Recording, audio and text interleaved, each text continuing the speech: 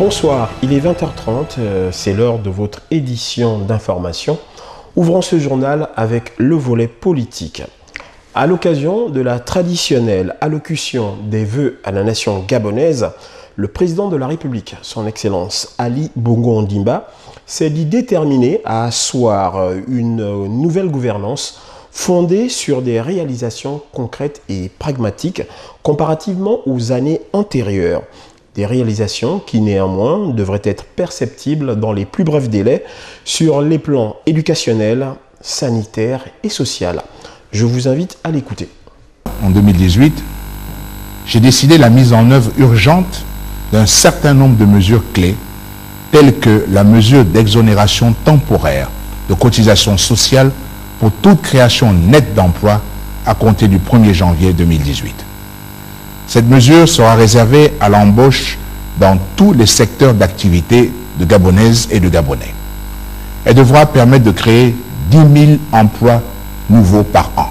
Et pour préparer notre jeunesse aux emplois de demain, il faut avoir un système d'éducation et de formation adapté. L'économie mondiale est en effet de plus en plus une économie de la connaissance. Soyons honnêtes, sur ce plan, nous avons de gros efforts de rattrapage à faire. C'est pourquoi j'ai décidé qu'en 2018, nous mettrions les bouchées doubles. C'est ainsi que les collèges et les lycées seront dotés de salles informatiques disposant d'une connexion Internet de qualité. Pour être précis, à compter du mois de mars 2018, 94 écoles du secondaire seront dotées de 30 ordinateurs chacun, ainsi que d'une connexion Internet. Ce programme s'inscrit parfaitement dans le volet Gabon numérique du PSGE. Enfin, car l'éducation est une priorité fondamentale, j'annonce également la finalisation du programme de fourniture des tables bancs pour l'ensemble des établissements scolaires du pays. Une commande de 170 000 pièces a été passée par l'État en 2016. 90 000 ont été produites et livrées. En 2018, 80 000 autres devront l'être. Mes chers compatriotes, la vitalité d'un pays dépend de la santé de sa population. C'est pourquoi en 2018, nous allons intensifier notre action dans ce secteur qui, pour moi, est également prioritaire. Ici aussi, 2018 devra être synonyme de concret. Je vous annonce donc la mise en place d'un réseau de cliniques mobiles dans chacune des provinces du Gabon afin de permettre une meilleure couverture sanitaire à l'échelle du pays et l'accès aux soins de base pour les plus démunis.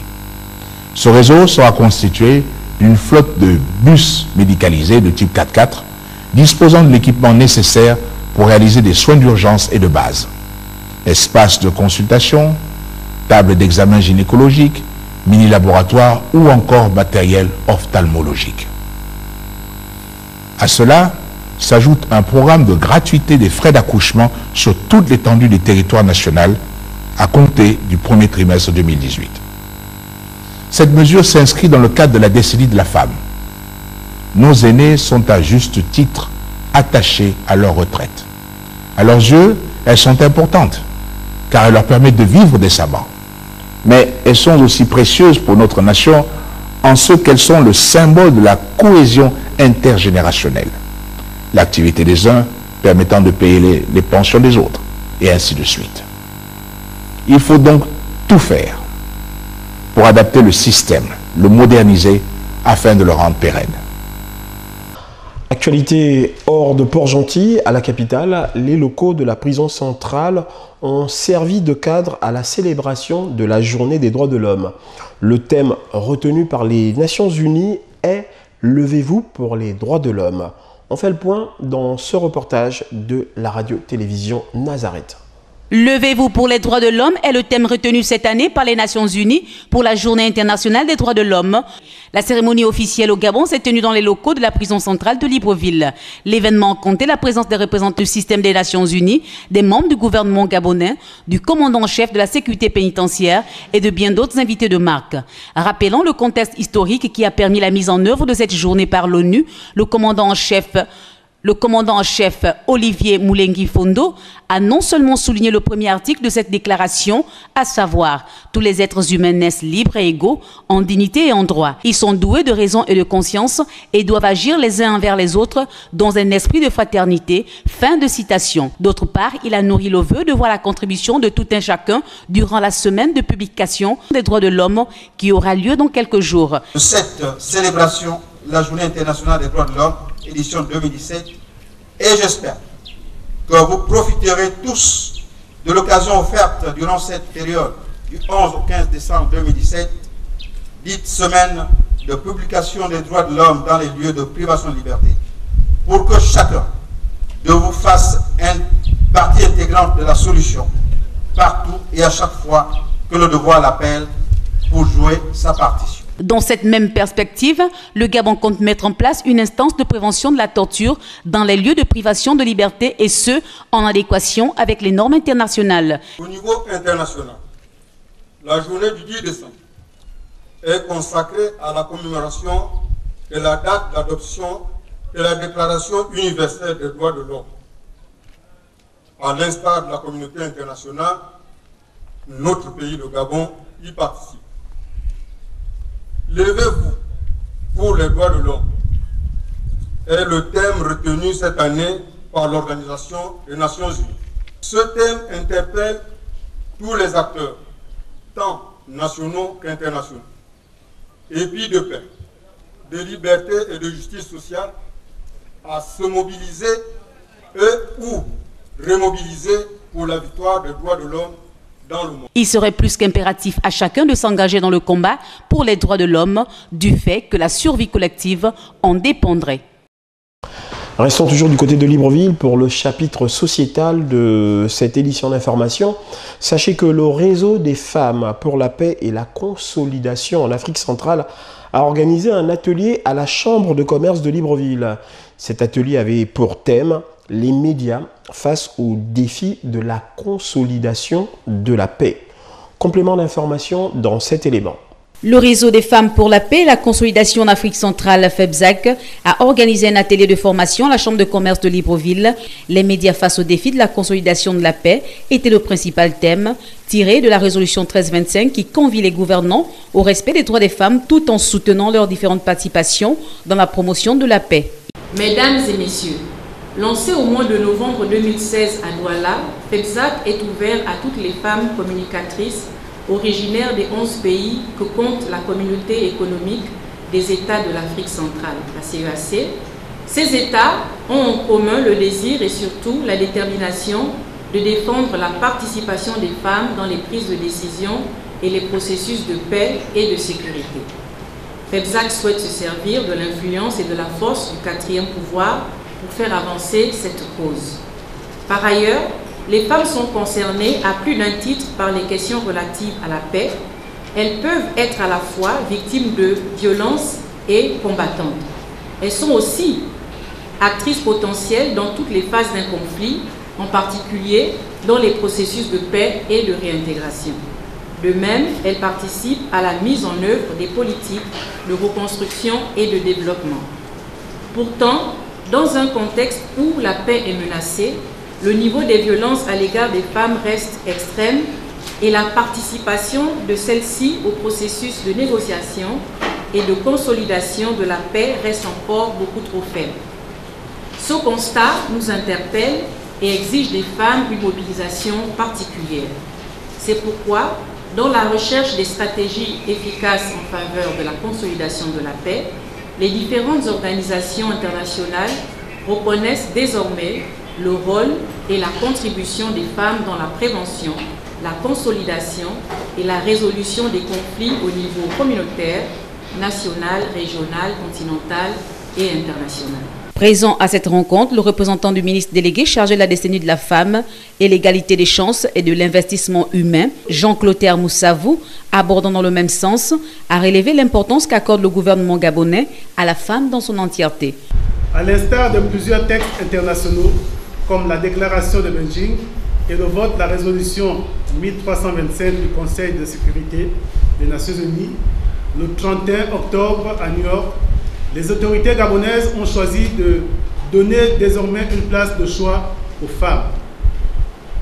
Depuis quelques années, des mesures tangibles pour une plus grande implication et participation des femmes dans les organes décisionnels ont changé considérablement notre société. L'approche genre dans le processus de paix est une stratégie qui tient aujourd'hui compte de l'apport des femmes dans la résolution des conflits, que ce soit au niveau des causes profondes touchant les aspects de la vie tels que l'élaboration des programmes, des décisions, des processus et des gouvernances. En rappel, cet atelier rentre dans le cadre de la campagne 16 jours d'action initiée par les Nations Unies en rapport avec la Journée mondiale de lutte contre les violences faites aux femmes et jeunes filles, qui se tiennent du 25 novembre au 10 décembre de chaque année dans le but de permettre aux femmes de tous bords de s'approprier de la résolution 1325 par la prévention, la promotion et une forte implication totale.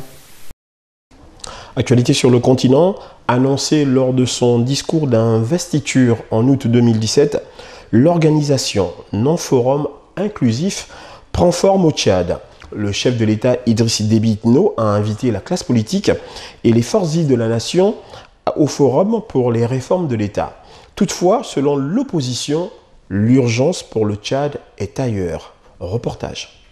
Au Tchad, le président Idriss Déby Itno, dans son message du 31 décembre 2017, à l'occasion du Nouvel An, a annoncé un forum national inclusif en 2018 qui va réunir toutes les forces vives du pays en vue d'examiner les différentes propositions de réforme de l'État. Cette annonce semble ne pas faire l'unanimité auprès de l'opposition qui estime que l'urgence n'est pas un forum mais un dialogue politique inclusif.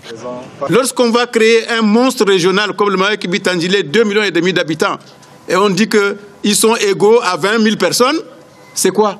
C'est ça un des problèmes que le forum pose. Le forum là, c'est quelque chose d'antinational qu'il faut combattre. Le forum va non seulement essayer de perpétuer le régime de Déby, mais le forum va perpétuer la domination d'un certain nord sur un certain sud. C'est contre ça qu'il faut se battre. Selon certains acteurs de la scène politique, ce forum national inclusif est une occasion pour les Tchadiens d'échanger sur la pertinence des institutions et éventuellement envisager leurs réformes si nécessaires. Ils estiment que les hommes politiques doivent mettre de côté les ressentiments et les considérations politiciennes pour élaborer un document consensuel et national au profit des Tchadiens. Le chef de l'État a annoncé donc la réforme en profondeur de ces institutions qui doivent permettre cette fois-ci à mettre en place des institutions qui pourraient favoriser le développement socio-économique et l'intégration nationale. C'est une occasion en or que le chef de l'État nous offre. Il va falloir éviter de se jeter une fois de plus de gourme. Pour rappel, parmi les différents points de la réforme constitutionnelle qui seront soumis au forum, on note la réduction du nombre des régions qui passe de 23 à 12 provinces, la forme territoriale de l'État, la refondation de la justice et l'introduction du Sénat. Au Maghreb, le royaume chérifien veut faire la part belle à son industrie aéronautique. Le pays, en effet, envisage porter le chiffre d'affaires de ce secteur à 26 millions de dirhams et créer plus de 23 000 nouveaux emplois d'ici l'horizon 2020. Les précisions dans cet élément. Au Maroc, les autorités se sont fixées de nouvelles perspectives pour l'industrie aéronautique. Le royaume chérifien envisage de renforcer ce secteur florissant de son économie. Il est prévu notamment d'accroître le chiffre d'affaires et de créer des milliers d'emplois dans les 2 prochaines années. Nous sommes confiants dans la tenue des objectifs fixés par le secteur de l'aéronautique, à savoir créer 23 000 nouveaux emplois, atteindre 26 milliards de dirhams de chiffre d'affaires et doubler le taux d'intégration locale pour le porter à 35% en 2020. Selon les chiffres officiels, le secteur de l'aéronautique du Maroc a réalisé une croissance de plus de 18% en 2017 par rapport à 2016. Cette performance est portée, selon Moulay Hafid El Alami, ministre marocain de l'Industrie, par la conjoncture mondiale qui a permis une demande réévaluée à 40 000 nouveaux appareils d'ici à 2030 et aussi un recours plus important des constructeurs aux sources émergentes. On ne peut pas se permettre en tant que pays en forte volonté d'industrialisation comme le Maroc d'être absent de ce secteur. L'envol du secteur aéronautique marocain a été enclenché par le lancement en avril 2014 du plan d'accélération industrielle 2014-2020. Ce plan a été renforcé en juillet 2015 par la signature de contrats de performance avec les multinationales Bombardier, EADS, Boeing et Safran. Arrêtons-nous à présent dans un pays limitrophe, notamment du côté du Cameroun. Sachez qu'ils ont décidé de faciliter l'accès aux Africains. Au Cameroun, 21 médecins pluridisciplinaires ont acquis de nouvelles technologies dans le but d'améliorer la santé de leurs concitoyens grâce à une application nommée T-That-Health Again. Ces médecins prodiguent tout simplement des conseils gratuits, des conseils médicaux, des premières consultations et des orientations pour des pharmacies de garde. Découverte dans ce reportage de nos confrères d'Africa 24. Selon l'Organisation mondiale de la santé, le Cameroun compte en moyenne un médecin pour 10 000 habitants. Face à ce déficit, le jeune médecin informaticien Herman Monkam et ses camarades ont décidé d'apporter une solution innovante qui permettrait aux Africains de pouvoir accéder gratuitement à un médecin, quel que soit le lieu où il se trouve. Avec leur application T-That-Health Again, ils donnent la possibilité aux utilisateurs de contacter leur médecin par SMS, appel vocal ou vidéo et de leur envoyer des photos. Grâce à ces outils, le patient peut se faire consulter à distance. Vous avez plusieurs rubriques dans notre application vous permettant d'avoir accès à plusieurs fonctionnalités. Vous avez par exemple la rubrique discuter avec son médecin. Vous y allez et vous avez une panoplie de médecins qui vous sont présentés actuellement, ceux qui sont permanemment disponibles sur l'application sont au nombre de 21. Nous avons également 2 pharmaciens qui sont disponibles de façon permanente sur l'application. Cependant, nous avons plusieurs autres offres qui sont les consultations en ligne. Elles vous permettent d'avoir accès aux pharmacies de garde sur le territoire national. Elles vous permettent de communiquer avec un transfert des données, c'est-à-dire fichiers, photographies, vidéos. L'équipe de TEA propose également des conseils médicaux hors ligne à tous ses utilisateurs. Avec 18 médecins et 2 pharmaciens sur la plateforme, la start-up compte en 6 mois d'existence plus de 19 000 utilisateurs, dont 4 000 patients permanents du Cameroun, du Togo, du Tchad, du Mali et du Bénin. Un jour, je m'étais foulé la cheville en jouant et je voulais prendre un médicament dans la rue.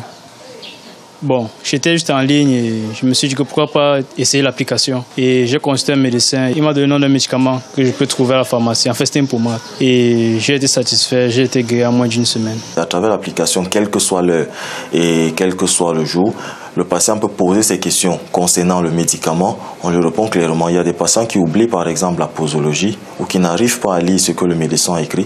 Et à travers l'application, nous essayons de lui donner des conseils appropriés pour la prise de son médicament.